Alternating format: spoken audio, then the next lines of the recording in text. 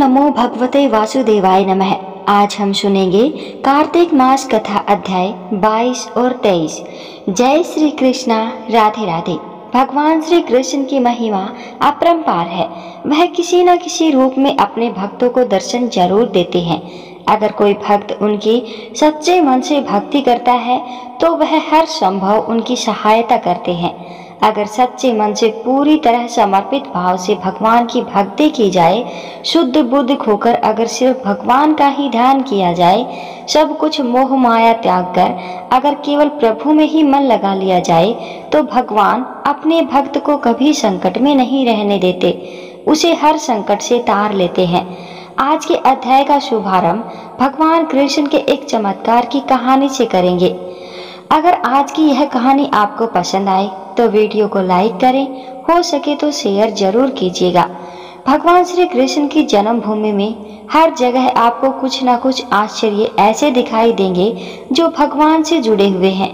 कहा जाता है कि इसकी वजह यहाँ कण कण में भगवान श्री कृष्ण का वास माना जाता है। वृंदावन में भी आपको ऐसे बहुत सारे आश्चर्यजनक जगह दिखाई दे जाएंगे। यहाँ पर कई संत भी हुए हैं, ऐसे संत जिनके चमत्कारों के किस्से हमेशा सुनाई देते हैं। आज भी अनेकों संत वहाँ पर हैं जिनके आश्चर्यजनक चमत्कारों को यहाँ आने वाले श्रद्धालु अक्सर देखा करते हैं। ऐसे ही एक चमत्कार है पागल बाबा का मंदिर और उनके पागल बाबा और उनके इस मंदिर के निर्माण की कहानी बहुत ही दिलचस्प है। आप सभी को यह कहानी जरूर सुननी चाहिए। पागल बाबा मंदिर मथुरा वृंदावन मार्ग पर स्थित है। इसके बारे में कथा जनमानस में आज भी बहुत प्रचलित है।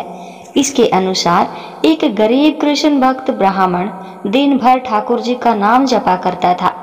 उसके पास जो कुछ भी था, या फिर यूं कहें कि जितना कुछ भी रूखा सूखा उसे मांगकर खाने को मिलता, वह उसे भगवान की मर्जी समझकर खुशी खुशी खा लेता था और अपना जीवन बिता रहा था।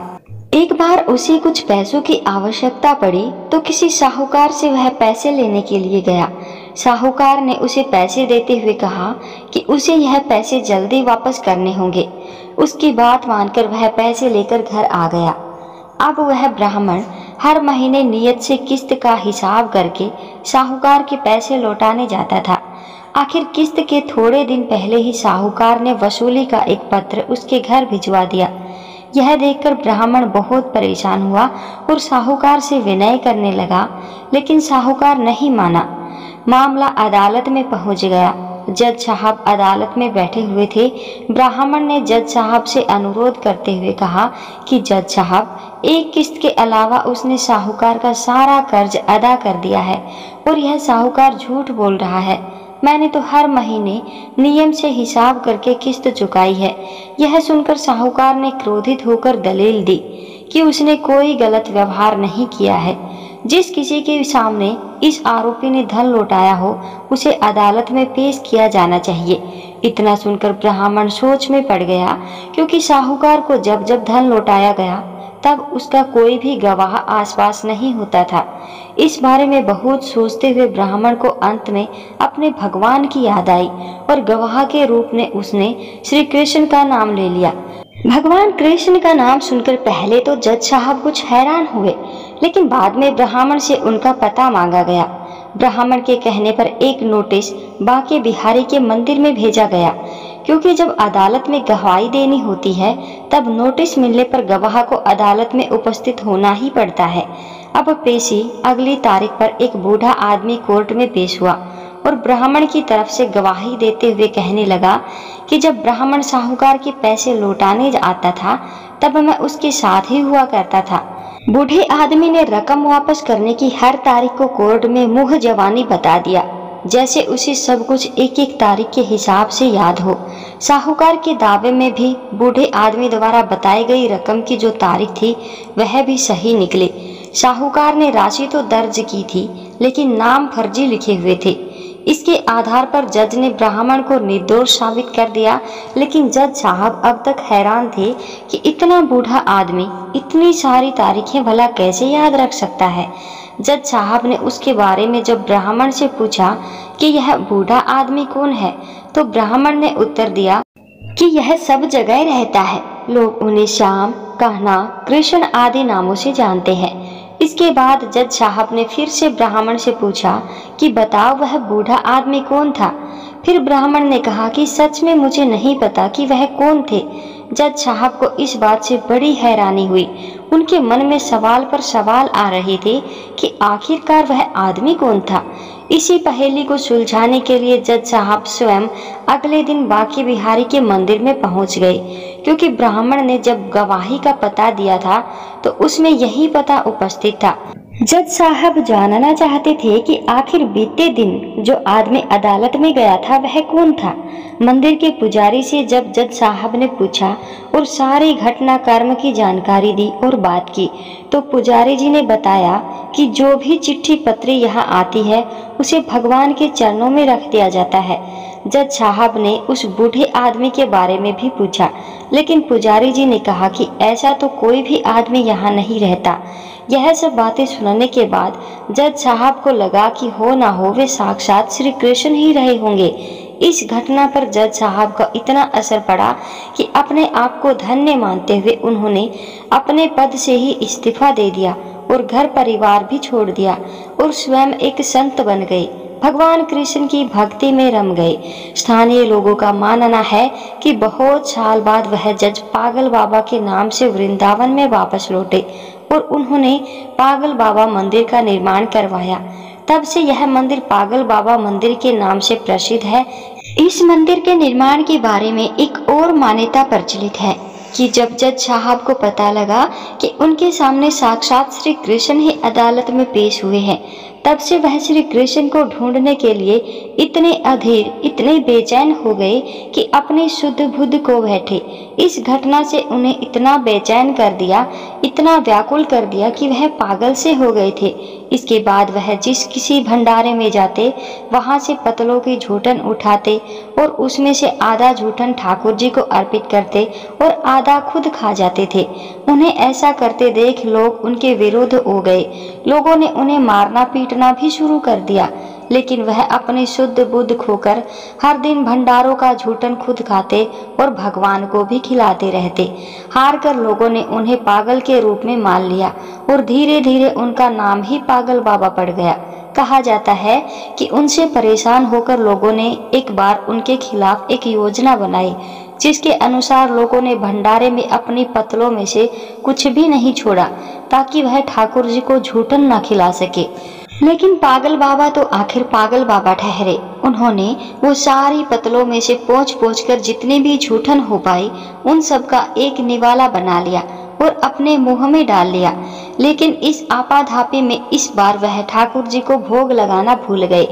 इस बात का एहसास होते ही बिना ठाकुर जी को भोग लगाए हुए निवाला मुंह में रख गए। उन्हें लगा कि अगर वह पहले खा लेंगे तो ठाकुर जी का अपमान हो जाएगा और अगर यह निवाला बाहर थूक दिया तो अन्न का अपमान हो जाएगा। अब वह निवाला मुंह में लेकर ठाकुर जी के चरणों का ध्यान करने लगे। तभी अचानक से बाल गोपाल एक सुंदर से लड़के के रूप में पागल बाबा यानी जज साहब के पास आया और बोला, क्यों आज मेरा भोजन खा गए? यह सुनकर जज साहब की आंखें आंसुओं से भर गई और बोले, ठाकुर जी बहुत बड़ी भूल हो गई है, माफ कर दो। ठाकुर जी ने मुस्कुराते हुए कहा, आज तक तुमने मुझे लोगों का झूठन खिलाया है, किंतु आज अपना ही झूठा खिला दो। जज साहब की आंखों से आंसू रुकने का नाम ही नहीं ले रहे थे। कहते हैं कि इस घटना के बाद से जो पागल बाबा थे उनको मानने वाले लोगों की संख्या बढ़ने लगी। इसके बाद बाबा ने एक विशाल मंदिर की स्थापना का प्रण लिया और विशाल भंडारे का आयोजन किया। अपार जनसमूह उमड़ा, लेकिन बाबा का भंडार खाली होने का नाम ही नहीं ले रहा था। बाबा ने मंदिर में एक विशाल रसोई बनवाई, मंदिर के नीचे विशाल भंडार घर बनवाया। उसी समय आयकर विभाग ने छापा मारा कि इतना अनाज और भंडारे का सामान कहाँ से आ रहा है। बाबा का चमत्कार तभी हुआ जब पूरी टीम भंडार घर में घुसी तो उसे वहां कुछ भी नजर नहीं आया और वे आश्चर्यचकित हो गए कि जब यहाँ कोई सामान ही नहीं तो इतना विशाल भंडारा कैसे चल रहा है। हैरान परेशान होकर आयकर के अधिकारी वहां से चले गए। पागल बाबा को समर्पित यह विशाल मंदिर आज भी वृंदावन में मौजूद है। कहा जाता है कि यहाँ से कोई भी भक्त खाली हाथ नहीं जाता। यहाँ भक्तों की हर मनोकामना पागल बाबा और उनके कन्हैया जी जरूर सुनते हैं। तो कैसी लगी आपको आज की यह कहानी? कमेंट बॉक्स में जरूर बताएं और कमेंट बॉक्स में जय श्री कृष्णा राधे राधे अवश्य लिखें। अब आइए श्रवण करते हैं आगे का अध्याय। दैत्य गुरु शुक्राचार्य ने राजा बलि को बोने ब्रह्मचारी रूप में भगवान के आने का कारण बताते हुए कहा, हे राजा बलि, तुम्हारा राज्य प्राप्त करने के लिए ही अदिति के गर्भ से जन्म लेकर भगवान विष्णु स्वयं इस रूप में तुम्हारे यज्ञ में आए हैं। दान के रूप में कुछ भी मत देना, वरना चले जाओगे। इसके उत्तर में बलि ने कहा, हे गुरुदेव, आप मुझे अधर्म का उपदेश क्यों देते हो?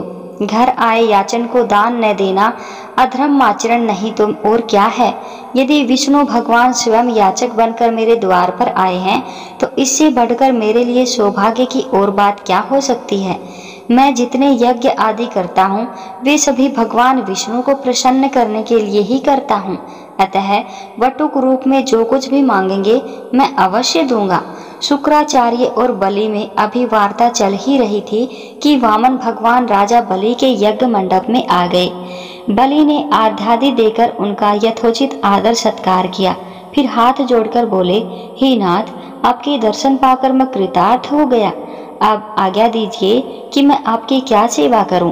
तब भगवान श्री हरि विष्णु जी ने कहा, हे राजन, तप करने के लिए हमको 3 पग भूमि चाहिए। यह सुनकर राजा बलि ने हंसकर कहा, हे वटुक, तुमने यह क्या मांगा? कुछ धन, ग्राम, शहर, हाथी तथा घोड़े आदि मांगे होते। यह सुनकर वामन भगवान बोले, हे दैत्यराज, मुझे किसी प्रकार का प्रलोभन नहीं है। मुझे तो तप करने के लिए केवल 3 पग भूमि ही चाहिए। हे राजन, यह पृथ्वी सदैव किसी के पास नहीं रहती। सारे पृथ्वी को भोगने वाले माधांता जैसे राजा आज कहाँ हैं? अतः मुझे अधिक लोभ नहीं है, मात्र 3 पग भूमि ही चाहिए। इस तरह जो अपना मार्ग सुधारते हैं वे धन्य हैं। भूमि दान से उत्तम न कोई दान हुआ है न कोई आगे होगा। अतः हे दानवीर राजा, मुझे मात्र 3 पग भूमि दे दीजिए। भगवान विष्णु ने राजा बलि को समझाते हुए आगे कहा, हे राजा बलि, इस संबंध में मैं तुम्हें एक प्राचीन इतिहास सुनाता हूँ। ध्यान पूर्वक सुनो। पहले ब्रह्मकल्प में भद्रमती नाम का एक दरिद्र ब्राह्मण था।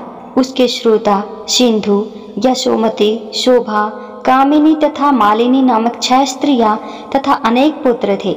जब दरिद्रता के कारण सभी भूख से अत्यंत दुखी हो गए, तब वह ब्राह्मण सुकुटुंब कौशाम्बी नामक नगरी में चला गया।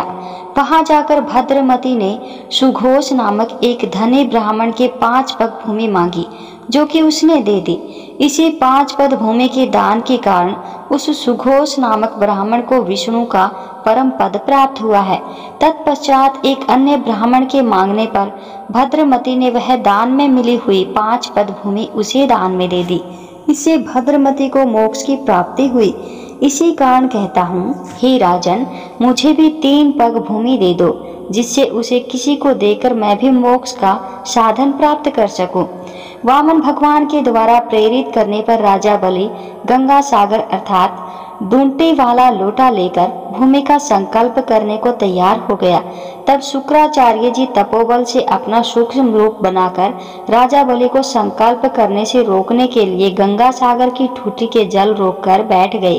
वामन भगवान शुक्राचार्य के इस चाल को जान गए, अतः उन्होंने एक तेज कोण वाली कुशा लेकर लोटे की टूटी के छिद्र में डाल दी। इससे शुक्राचार्य की एक आंख फूट गई और ठूंठी से राजा की अंजलि में जल आ गया। राजा बलि ने 3 पग भूमि देने का संकल्प दे दिया। उसी समय भगवान विराज रूप धारण कर ब्रह्मलोक तक बढ़ गए और उन्होंने 2 पगों में सारा ब्रह्मांड नाप लिया। भगवान के पांव के अंगूठे से ब्रह्मांड फूट गया और फूटे हुए मार्ग से पानी के अनेक स्रोत बहने लगे। भगवान विष्णु का पैर उस जल से धुलता रहा। वही लोक पावन जल ब्रह्मा आदि देवताओं को पवित्र करता हुआ सप्त ऋषियों से सेवित सुमेरु पर्वत पर कपड़ा तथा गंगा के नाम से विख्यात हुआ। इस प्रकार पतित पावनी गंगा की उत्पत्ति भगवान के चरणों से हुई, जिसके स्नान तथा स्मरण मात्र से पाप नष्ट हो जाते हैं।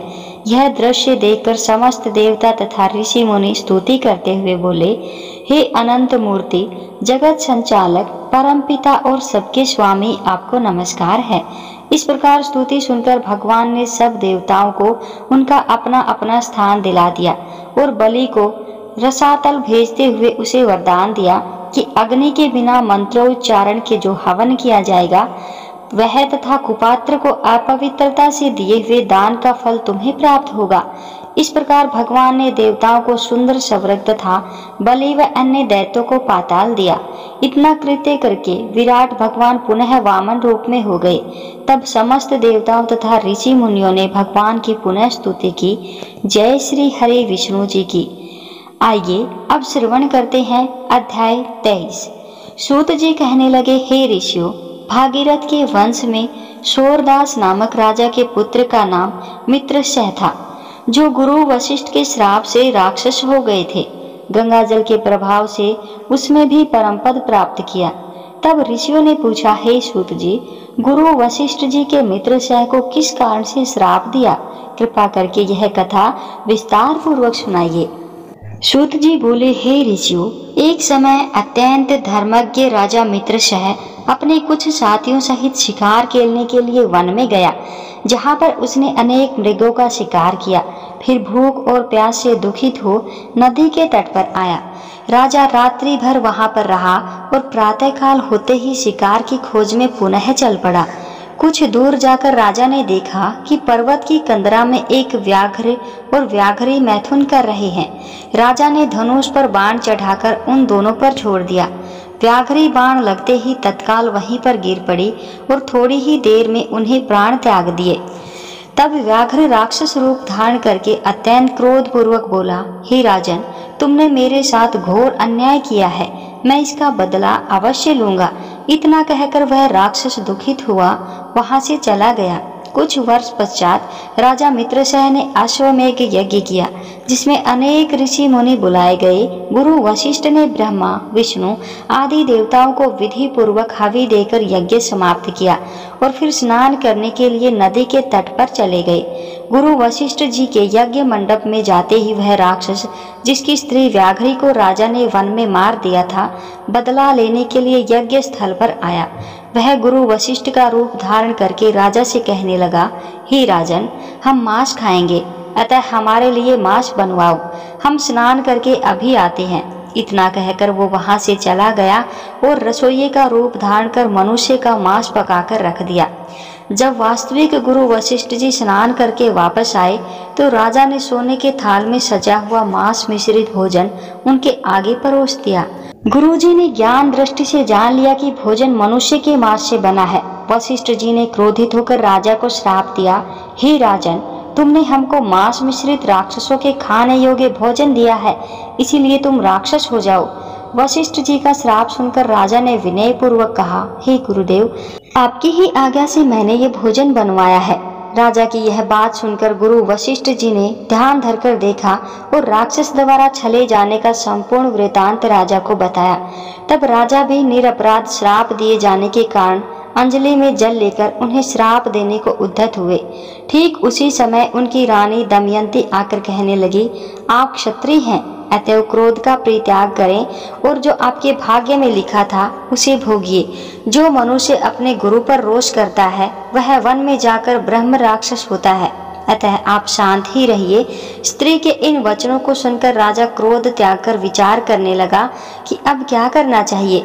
फिर राजा ने अंजलि के जल को जो ही अपने पैरों पर डाला त्यों ही उसके पैर काले पड़ गए।